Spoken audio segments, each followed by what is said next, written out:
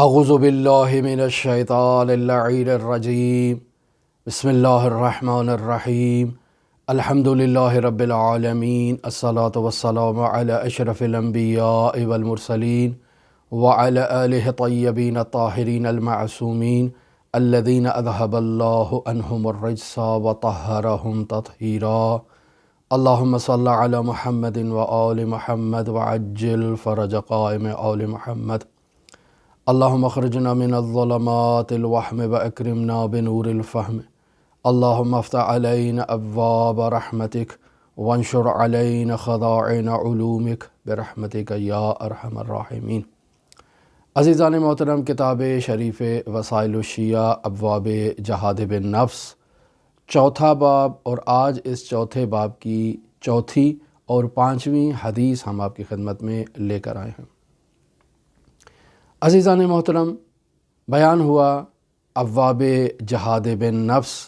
اخلاقی عنوان سے ایک انسان کے لیے نہایت اہمیت رکھتے ہیں۔ اگر ان اخلاقی روایات پر انسان عمل کرے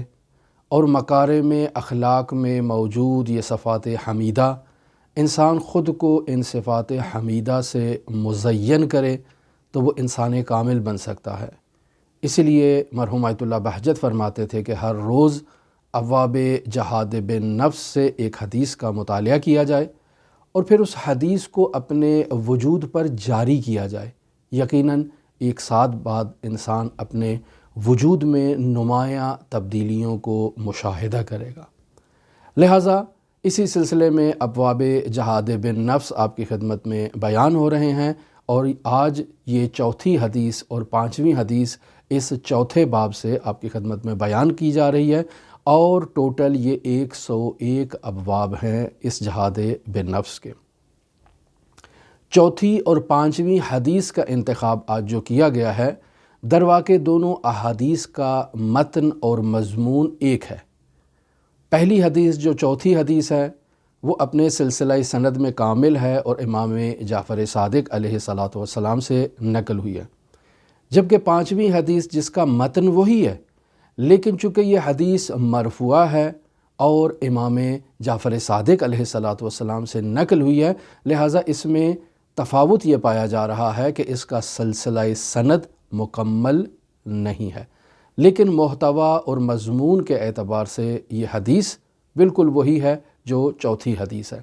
لہٰذا چوتھی اور پانچویں کا ٹائٹل ہم نے دیا ہے، درواقع حدیث ایک ہے جسے ہم آپ کی خدمت میں بیان کرنا چاہتے ہیں، اور امام جعفر صادق علیہ الصلاۃ والسلام اس نورانی حدیث میں 10 مکارم اخلاق کو ہمارے لیے بیان کر رہے ہیں۔ لہٰذا بیان ہوتا ہے عن ابی عبداللہ علیہ السلام قال المکارم عشرہ، مکارم اخلاق یعنی صفات حمیدہ 10 ہیں۔ پھر ارشاد فرماتے ہیں ان استطعت ان تکون فیک فلتکن،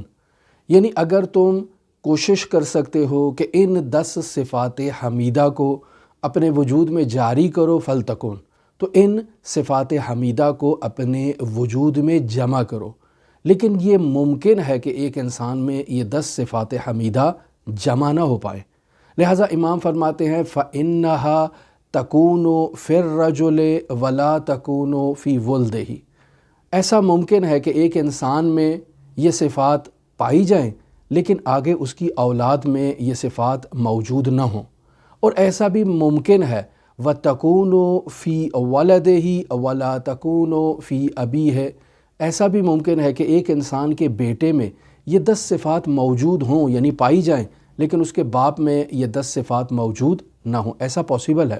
اور پھر فرماتے ہیں وَتَكُونُ فِي الْعَبْدِ وَلَا تَكُونُ فِي الْحُرِّ، ایسا بھی ممکن ہے کہ ایک غلام میں یہ 10 صفات پائی جائیں لیکن اس آزاد انسان میں یا اس غلام کے مالک میں جو آزاد ہے اس میں یہ 10 صفات نہ پائی جائیں، ایسا ممکن ہے۔ بس ان صفات کو اپنانے کے لیے انسان کو جہاد بالنفس کرنے کی ضرورت ہے۔ ان صفات کو اپنانے کے لیے اور ان صفات سے خود کو آراستہ کرنے کے لیے انسان کو محنت کرنے کی ضرورت ہے۔ عزیزان محترم، ایسا پاسبل ہے اور ممکن ہے کہ ایک انسان ایک دفعہ کسی صفت پر عمل کرتا ہے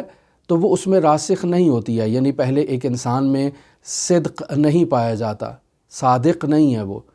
وہ کوشش کرتا ہے کہ خود کو صداقت کی صفت سے مزین کرے، لہٰذا وہ اپنے کردار میں، اپنی رفتار میں، اپنی گفتار میں، اپنے کلام میں صداقت کو لے کر آتا ہے اور اس پر ممارست کرتا ہے، محنت کرتا ہے، تمرین کرتا ہے، اور اس تمرین کے نتیجے میں یہ صفت صداقت اس کے وجود میں راسخ ہو جاتی ہے، اور انسان کا نفس ناطقہ، اس کی روح جو ہے وہ اس صفت صداقت سے ایسے عجین ہو جاتی ہے کہ پھر اس سے جو ہے وہ کذب کا احتمال ہی منتفی ہو جاتا ہے۔ وہ اصلاً جو نامناسب رفتار ہے، یعنی اس کے کردار میں عدم صداقت کا ہونا یا اس کی گفتار میں صداقت کا نہ ہونا، یہ تصور ہی اس کے وجود سے ختم ہو جاتا ہے۔ اور یہ کیسے حاصل ہوا؟ یہ ممارست سے، تمرین سے اور بار بار تکرار کرنے سے حاصل ہوتا ہے۔ جیسے عزیزان محترم، ایک انسان جو ہے وہ ڈرائیور نہیں ہے اور وہ جا کر کہیں سے کورس کرتا ہے اور ڈرائیونگ کو سیکھتا ہے، گاڑی چلانا سیکھتا ہے۔ اب اس پر وہ تمرین کرتا ہے، پریکٹس کرتا ہے، اتنی پریکٹس کرتا ہے کہ اگر آنکھوں پہ اس کے پٹی بھی باندھ دی جائے تو وہ گاڑی کو درست اصولوں کے مطابق انجام دے گا اور چلائے گا، حالانکہ گاڑی آنکھوں سے دیکھ کر اور ہاتھوں سے چلانے والی جو ہے وہ ایک ذریعہ اور ایک وسیلہ ہے، لیکن اس قدر اس کو تمرین ہو چکی ہے کہ اگر آپ اس کو گاڑی کے اس جگہ پر بٹھا دیتے ہیں اسٹیئرنگ پر اور اس کو کہتے ہیں کہ آپ نے یہاں سے گاڑی کو بالکل سٹریٹ اور سیدھا لے کر جانا ہے، تو وہ گاڑی کو سیدھا لے کر جائے گا، اس کی آنکھوں پر ولو آپ پٹی ہی باندھ دیں، بالکل دائیں بائیں جھکنا یا ڈولنا یا جھولنا وہ اس میں نہیں ہوگا، چونکہ اس کو اس قدر ممارست اور اس قدر اس نے تمرین کر رکھی ہے کہ اب وہ اس پر پختہ ہو چکا ہے۔ اسی طرح انسان اگر صفات حمیدہ پر پریکٹس کرے اور خود کو ان صفات حمیدہ سے آراستہ کرنے کی کوشش کرے تو بار بار کرنے سے یہ صفات اس کے وجود میں راسخ ہو سکتی ہیں۔ لہٰذا اس قدر جو تاکید کی گئی ہے کہ انسان ان صفات حمیدہ کو خود پر جو ہے وہ لاگو کرے اور خود کو ان صفات سے مزین کرنے کی کوشش کرے، بنیادی وجہ یہی ہے کہ بار بار عمل کرنے سے انسان کا وجود اس سے مانوس ہو جاتا ہے اور انسان کا نفس ناطقہ اور انسان کی روح میں وہ ملکہ اختیار کر جاتی ہیں، اور جب ملکے کی کیفیت ہو جاتی ہے، جب انسان میں پختگی آ جاتی ہے اور وہ صفات انسان میں راسخ ہو جاتی ہیں، تب اس صفات کا انسان سے جدا ہونا یہ ممکن ہی نہیں ہے۔ لہٰذا ان 10 صفات کی طرف آتے ہیں جسے امام جعفر صادق علیہ السلام یہاں بیان کر رہے ہیں۔ پہلی 2 صفتیں صداقت سے متعلق ہیں، یعنی ایک صدق رفتاری ہے اور دوسرا صدق گفتاری ہے، یعنی انسان اپنی رفتار میں صداقت لے کر آئے۔ لہٰذا امام جعفر صادق علیہ السلام فرما رہے ہیں صدق الناس، یعنی پہلی چیز لوگوں کے ساتھ جو انسان رفتار اپنا رہا ہے وہ صداقت پر مشتمل ہونی چاہیے، یعنی انسان کا کردار صادق ہونا چاہیے، انسان کے وجود میں دوغلا پن نہیں ہونا چاہیے، انسان کے وجود میں مکر اور فریب نہیں ہونا چاہیے، انسان کی رفتار میں غلو نہیں ہونا چاہیے۔ یہ جو ایک جملہ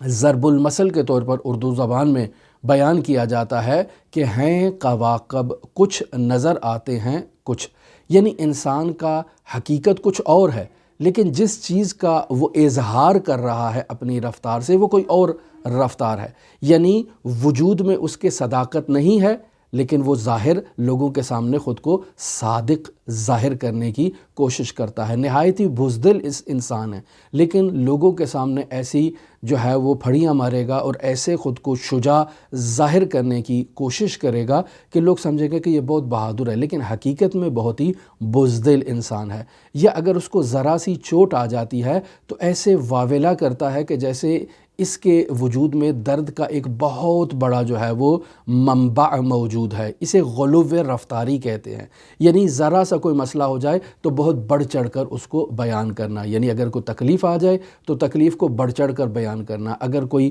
خوبی اس کے اندر آ جاتی ہے تو بہت بڑھ چڑھ کے بیان کرنا، اگر اس کے پاس کوئی مال و دولت آ جائے تو بہت بڑھ چڑھ کر بیان کرنا، جیسے اس سے زیادہ امیر انسان اس روئے ارض میں موجود ہی نہیں ہے۔ تو بعض انسانوں میں ایسی غلو غلو آمیز صفت پائی جاتی ہے کہ وہ اپنی رفتار سے غلو کا اظہار کرتے ہیں، یا ان کے وجود میں دوغلا پن پایا جاتا ہے، وہ مکار ہوتے ہیں، وہ فریب کار ہوتے ہیں، دھوکے باز ہوتے ہیں۔ لہٰذا یہاں امام جعفر صادق علیہ السلام فرما رہے ہیں کہ پہلی صفت یہ ہے کہ انسان کی رفتار میں صداقت ہونی چاہیے، اس قدر صداقت ہونی چاہیے کہ انسان اپنا عمل کبھی کسی کی خاطر انجام ہی نہ دے، ریا کا اظہار نہ کرے، اس شخص کی مانند نہ ہو جائے کہ جو سردیوں کے موسم میں مسجد میں عبادت کے لیے رات کو جاتا ہے۔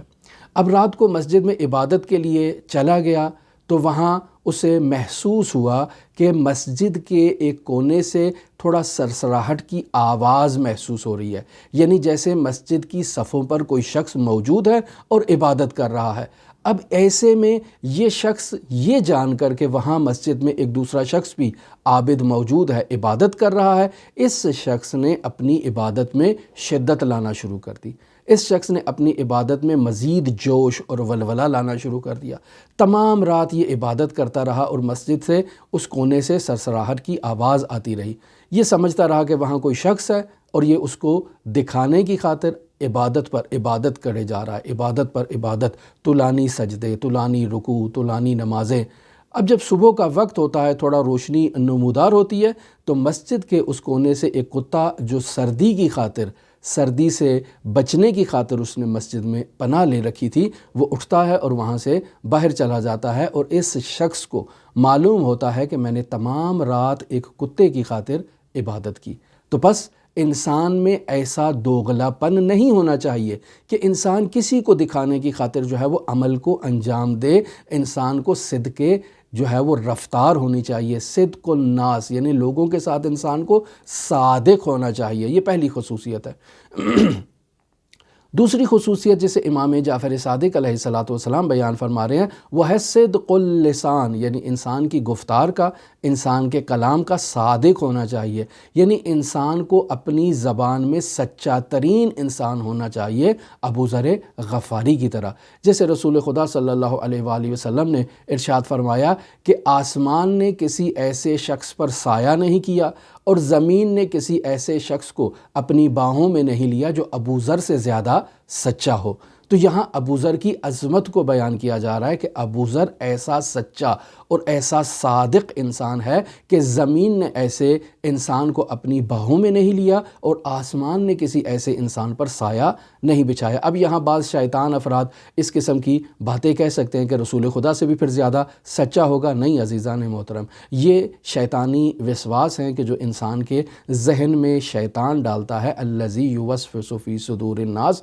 من الجنۃ والناس، شیاطین جنی بھی ہو سکتے ہیں، شیاطین انسی بھی ہو سکتے ہیں، جو انسان کے ذہنوں میں ایسے سوالات ڈالتے ہیں۔ رسول خدا صلی اللہ علیہ وآلہ وسلم اپنے اصحاب کا تذکرہ کر رہے ہیں، اہل بیت کا تذکرہ نہیں فرما رہے ہیں۔ لہٰذا عزیزان محترم، بعض لوگ آ کر یہاں کہتے ہیں کہ آپ مغرب میں چلے جائیں، امریکہ میں چلے جائیں، یورپ میں چلے جائیں، فرانس میں چلے جائیں، وہاں کے لوگ ایسے سچے انسان ہیں، جو بات انہوں نے زبان سے جاری کر دی بس وہی بات حرف آخر ہے، پتھر پر لکیر ہے، اور اس کے علاوہ اور کوئی بات ہو ہی نہیں سکتی ہے۔ اس قدر وہ لوگ جو ہیں وہ سچے ہیں۔ عزیزان محترم، صداقت ایک رفتار کا نام ہے۔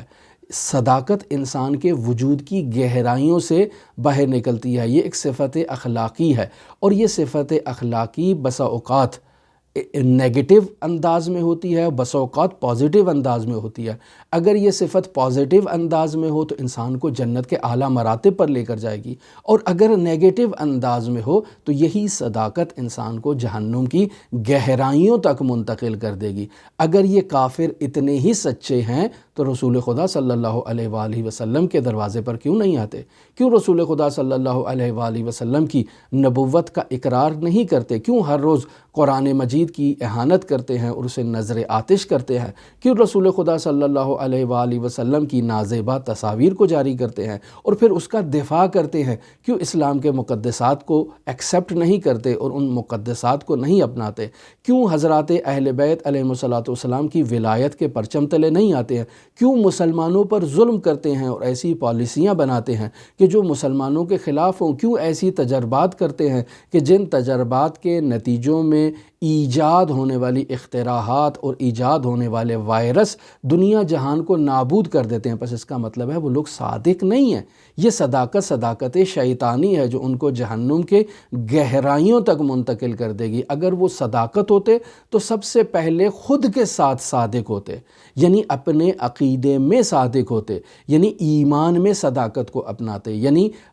خدا کی توحید کو اپنانے میں صداقت کا مظاہرہ کرتے، اللہ کے نبی کی نبوت کے اقرار میں صداقت کا مظاہرہ کرتے، اللہ کی تعلیمات کو اپنانے میں صداقت کا مظاہرہ کرتے۔ یہ جو ہم دیکھ رہے ہیں کہ ان کی رفتار میں کچھ ایسے مظاہر نظر آتے ہیں کہ جنہیں صداقت پر مشتمل تصور کیا جاتا ہے، یہ در واقع صداقت کا محور نہیں ہے۔ صداقت کا محور وہ چیز ہے جو انسان کے نفس ناطقہ سے ابھرتی ہو، انسان کے وجود کی گہرائیوں سے ابھرتی ہو، کہ جو انسان کو توحید و نبوت و معاد و امامت ان پر لبیک کہنے کے لیے انسان کو پکارتی ہو۔ اور اگر انسان ان چیزوں پر لبیک نہیں کہتا تو ایسا انسان صادق نہیں ہے عزیزان محترم۔ تیسری چیز جیسے رسول خدا صلی اللہ علیہ وآلہ وسلم کہ یہ جانشین یعنی امام جعفر صادق علیہ السلام جسے مکارم اخلاق اور صفات حمیدہ میں سے ہمارے لیے بیان فرما رہے ہیں، وہ ہے اداء الامانہ۔ یعنی امام جعفر صادق علیہ السلام فرما رہے ہیں کہ یہ مومن جو صفات حمیدہ کا مالک بن رہا ہے، یہ امانت کی ادائیگی میں امین ہونا چاہیے۔ یعنی اگر لوگوں کے ساتھ امانت داری کا مظاہرہ کرنا ہے تو یہ شخص امین ہونا چاہیے، اگر اللہ کے ساتھ امانت داری کا مظاہرہ کرنا ہے تو اس شخص کو امین ہونا چاہیے۔ عزیزان محترم، ہمیں خداوند متعال نے یہ جو وجود عطا کیا ہے، یہ جو مادی بدن خداوند متعال نے ہمیں عطا کیا ہے، یہ اللہ کی امانت ہے۔ ہمیں یہاں اداء الامانہ کا مصداق بنتے ہوئے اللہ کی عطا کردہ اس امانت کو اسی مقام اور محل پر رکھنا چاہیے اور اللہ کی اسی طرح اطاعت اور فرمان برداری کرنی چاہیے جیسا حق ہے۔ بس ادائے امانت کا مطلب یہ ہے کہ انسان اس امانت یعنی بدن کو اللہ تبارک و تعالیٰ کے سپرد کر دے اور اللہ کے حوالے کر دے۔ اور اگر انسان سیر و سلوک نہیں کرتا، اگر انسان عارف نہیں بنتا تو اس انسان کی نہ تو دنیا ہے نہ ہی اس کی آخرت ہے۔ لہٰذا مرحوم آیت اللہ جمال الدین گلپیگانی فرماتے تھے کہ جو شخص عارف نہیں ہے، جس شخص میں عرفان نہیں ہے، اس شخص کی نہ تو دین ہے، نہ اس کی دنیا ہے، نہ اس کی آخرت ہے، اس کے پاس کچھ بھی نہیں ہے۔ کیوں؟ چونکہ یہ عارف نہیں ہے، کیوں؟ چونکہ یہ شخص امانت دار نہیں ہے، کیوں؟ چونکہ یہ شخص اللہ کا امین نہیں ہے۔ اللہ نے اس کو یہ بدن امانت کے طور پہ دیا ہے، اس بدن کی امانت داری کرنی چاہیے۔ پس انسان کو جہاں لوگوں کے ساتھ امین ہونا ہے، وہاں انسان کو اللہ کے ساتھ بھی امین ہونا چاہیے۔ انسان اپنے وجود میں جو اس کے انحراف ایجاد ہوتا ہے، اس انحراف کے ایجاد ہونے کی بنیادی وجہ ایک ملکیت کا احساس ہے۔ یعنی انسان تصور کرتا ہے کہ میں مالک ہوں۔ یہ جو احساس ملکیت ہے، یہ انسان کو انحراف کی طرف لے جاتا ہے۔ وہ سمجھتا ہے یہ بدن میرا ہے، وہ سمجھتا ہے یہ قلم میری ہے، یہ گاڑی میری ہے، یہ گھر میرا ہے، یہ پراپرٹی اور یہ جائیداد میری ہے، یہ بیوی میری ہے، یہ بچے میرے ہیں، یہ سب کچھ میرا ہے۔ نہیں عزیزان محترم، یہ سب مرحلہ اول میں خداوند متعال کا ہے۔ پس انسان کی بیوی اللہ کی امانت ہے انسان کے پاس، انسان کے بچے اللہ کی امانت ہے اس کے پاس، انسان کے پاس یہ جتنے بھی وسائل زندگی موجود ہیں یہ سب اللہ کی امانت ہے۔ اور آپ دیکھیں حدیث عنوان بصری میں یہ بات بیان کی جاتی ہے کہ جب وہ ان اموال کو دیکھتے ہیں تو یرون المال مال اللہ، وہ اموال کو اللہ کا مال تصور کرتے ہیں۔ جب اللہ کا مال تصور کرتے ہیں تو ایک عابد جب ہر چیز کو، ہر ملکیت کو اللہ کی پراپرٹی تصور کرتا ہے تو ہان علیہ الانفاق، اس پر انفاق کرنا آسان ہو جاتا ہے۔ تو ہم جو ان مشکلات میں مبتلا ہیں در واقع اپنے لیے ملکیت استقلالی کے قائل ہیں۔ ہم سمجھتے ہیں ہم اس بدن میں مستقل ہیں، ہم اس کے مالک ہیں۔ ہم سمجھتے ہیں کہ یہ جتنی بھی چیزیں ہمارے اطراف میں موجود ہیں کہ جن پر ہمیں ملکیت کا ٹائٹل حاصل ہے، ہم ان کے مالک ہیں۔ در واقع ہم ان کے مالک نہیں ہیں، یہ بطور امانت ہمیں سپرد کی گئی ہیں۔ پس اگر انسان میرے پاس کوئی امانت رکھواتا ہے تو امانت داری کا یہ تقاضا ہے کہ میں اس کی امانت کو احسن انداز میں اس کی حفاظت کروں اور اس تک پہنچا دوں۔ اور یہ جتنے اموال اللہ نے میرے اختیار میں قرار دیے ہیں، امانت داری کا تقاضا یہ ہے کہ ان کی حفاظت کی جائے اور ان اموال کو اس مقام پر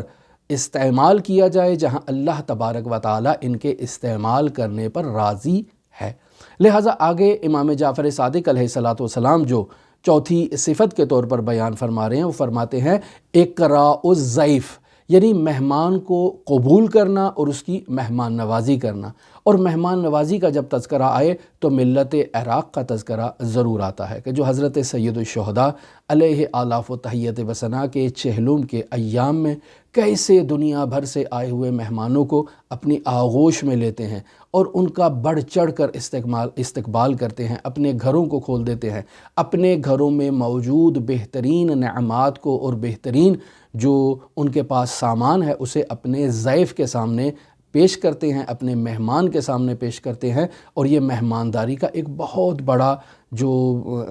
مصداق ہے وہ عراق کی عوام ہے۔ خداوند متعال ان کی توفیقات میں اضافہ کرے اور تمام دنیا جہان کے مؤمنین کو یہ سعادت نصیب کرے کہ وہ مہمان کا احترام کریں، اقراء الضیف کا مصداق بنے۔ اور پھر اس کے بعد امام جعفر صادق علیہ السلام ارشاد فرماتے ہیں اطعام السائل، یعنی اگر انسان سے کوئی کھانے کا مطالبہ کرتا ہے، کوئی سائل آتا ہے تو یہاں مؤمن کی یہ ذمہ داری ہے کہ اس کو کھانا کھلائے اور اس کو اچھا کھانا کھلائے، وہ کھانا جو انسان خود اپنے لیے پسند کرتا ہے، ایک ایسا کھانا اس کے دسترخوان پر لے کر آئے، انواع و اقسام کے طعام لے کر آئے۔ سائل کو اچھے انداز میں اس کی مہمان نوازی کرنا، گویا کہ انسان اپنے دسترخوان پر اللہ کی مہمان نوازی کر رہا ہے، اللہ کے حبیب کی مہمان نوازی کر رہا ہے۔ تو ایسے میں انسان دیکھے کہ اللہ کی اور اس کے حبیب کی مہمان نوازی کا حق کیا ہے اور انسان کو کیسے ان کی مہمان نوازی کرنا چاہیے۔ لہٰذا آگے امام جعفر صادق علیہ السلام مکارم اخلاق میں بیان فرما رہے ہیں المکافأۃ علی الصنائع، یعنی نیکی کا بدلہ اور احسان کا بدلہ جو انسان نے عطا کرنا ہے تو وہ احسن انداز میں اس کا بدلہ ہونا چاہیے۔ یعنی اگر کوئی مجھ سے محبت کر رہا ہے تو اس محبت کے نتیجے میں مجھے بھی محبت سے اس کا جواب دینا چاہیے۔ اگر کوئی میرے ساتھ برائی کر رہا ہے تو اس برائی کا بدلہ بھی مجھے اچھائی کی صورت میں دینا چاہیے، اس کے لیے دعا کرنی چاہیے، اس پر احسان کرنا چاہیے۔ تو یہ ایک وسیع موضوع ہے، اس پر وسیع گفتگو کی جا سکتی ہے۔ پھر امام جعفر صادق علیہ السلام مکارم اخلاق میں بیان فرما رہے ہیں التذمم للجار، یعنی ہمسایہ اگر آپ کی مذمت کرتا ہے تو اس مذمت کو قبول کیا جائے، یعنی ہمسائے کے حقوق ہے میرے اوپر، میں ان حقوق کی رعایت کرتا ہوں، لیکن بسا اوقات وہ ہمسایہ مجھ سے ناراض ہو جاتا ہے، میرے لیے کچھ سختی سے پیش آتا ہے، تو ایسے میں مجھے اس کو ایکسیپٹ کرنا چاہیے، گرم شوچی سے اس کا استقبال کرنا چاہیے۔ اور اسی طرح امام جعفر صادق علیہ السلام آگے جو مکارم اخلاق میں خصوصیت کو بیان فرما رہے ہیں، فرماتے ہیں التذمم للصاحب، یعنی میرا دوست ہے، میرا ہم نشین ہے اور وہ میری مذمت کرتا ہے کسی بات میں تو مجھے ایکسیپٹ کرنا چاہیے۔ یعنی انسان اپنے دوست کو نفع پہنچانے میں، اس دوست کو اس کا خیال رکھے اس کے نفع اور نقصان میں، اور اگر وہ دوست انسان کے لیے جو مومن کا آئینہ ہوتا ہے، اگر وہ انسان کو مذمت کرتا ہے کسی نقطے پر تو انسان کو وہاں اس سے اس بات کو ایکسیپٹ کرنا چاہیے۔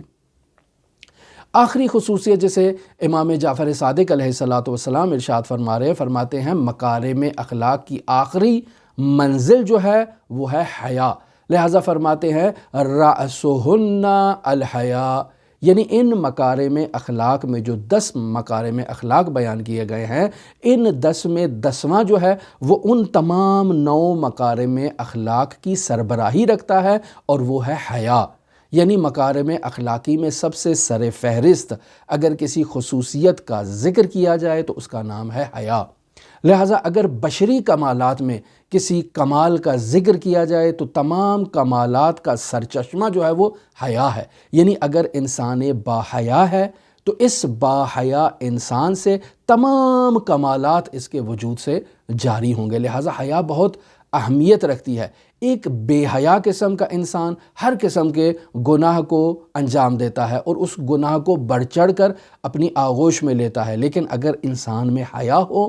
تو وہ انسان کبھی گناہ کے نزدیک نہیں جائے گا۔ لہٰذا حیا مکارم اخلاق میں سب سے اول درجے کی جو صفت ہے، جو خصوصیت ہے، وہ حیا ہے۔ ایک اصیل اور نجیب انسان جو خاندانی طور پر اصیل ہے، خاندانی طور پر نجیب ہے، ایسے شخص میں ہی حیا موجود ہوتی ہے، اور جو شخص پست خاندان سے تعلق رکھتا ہے اس میں حیا نہیں ہوگی۔ لہٰذا انسان جب شادی کرتا ہے تو اصیل اور نجیب خاندان کو تلاش کرے، چونکہ اس میں حیا ہے اور یہ حیا آگے نسلوں تک منتقل ہوتی ہے۔ اور عزیزان محترم، حیا اس قدر اہمیت رکھتی ہے کہ روایات میں بیان ہوتا ہے من لا حیا لا دین لا، جس شخص میں حیا نہیں ہے اس شخص کا گویا کہ دین ہی نہیں ہے، وہ شخص بے دین قسم کا انسان ہے۔ لہٰذا انسان کے لیے حیا کو اپنانا بہت ضروری ہے۔ اگر انسان اس صفت کو اپنے وجود میں بیدار کرے کہ جو اس کے وجود کی گہرائیوں میں کہیں چھپی بیٹھی ہے، تو انسان اس کو اٹھا کر باہر لے کر آئے، اور انسان اس حیا کی بدولت جو ہے وہ ان گناہوں سے دوری اختیار کرے اور خدا کے سامنے حیا کرے کہ میں اس کی بارگاہ میں اس کے حضور کیسے معصیت کروں۔ ہماری دعا ہے کہ خداوند متعال ہمارے زبان سے جاری ہونے والے ان کلمات کو ہدایت کا ذریعہ قرار دے، ہمارے لیے اور تمام مؤمنین جو ہماری اس گفتگو کو سن رہے ہیں، وہ ہماری اس گفتگو کو سن کر حضرات اہل بیت علیہ الصلوۃ والسلام کے اس نورانی جو حدیث ہے اس سے فیض حاصل کریں، نورانی فیض حاصل کریں، اپنے وجود کو پاک و پاکیزہ کریں اور دوسرے مؤمنین تک بھی اس نورانی حدیث کو پہنچانے کی کوشش کریں۔ ہماری دعا ہے کہ حضرت صاحب العصر والزمان کے ظہور میں خداوند متعال تعجیل کرے اور ہمیں حضرت صاحب العصر والزمان کے اصحاب و اعوان و انصار میں شمار فرمائے۔ آپ تمام عزیزان کے لیے امام علی ابن موسیٰ الرضا علیہ آلاف و تحیت و ثنا کی نورانی بارگاہ میں نائب و زیارہ بھی ہیں اور دعا گو بھی ہیں۔ اللہم صلی علی محمد و آل محمد وعجل فرج قائم آل محمد۔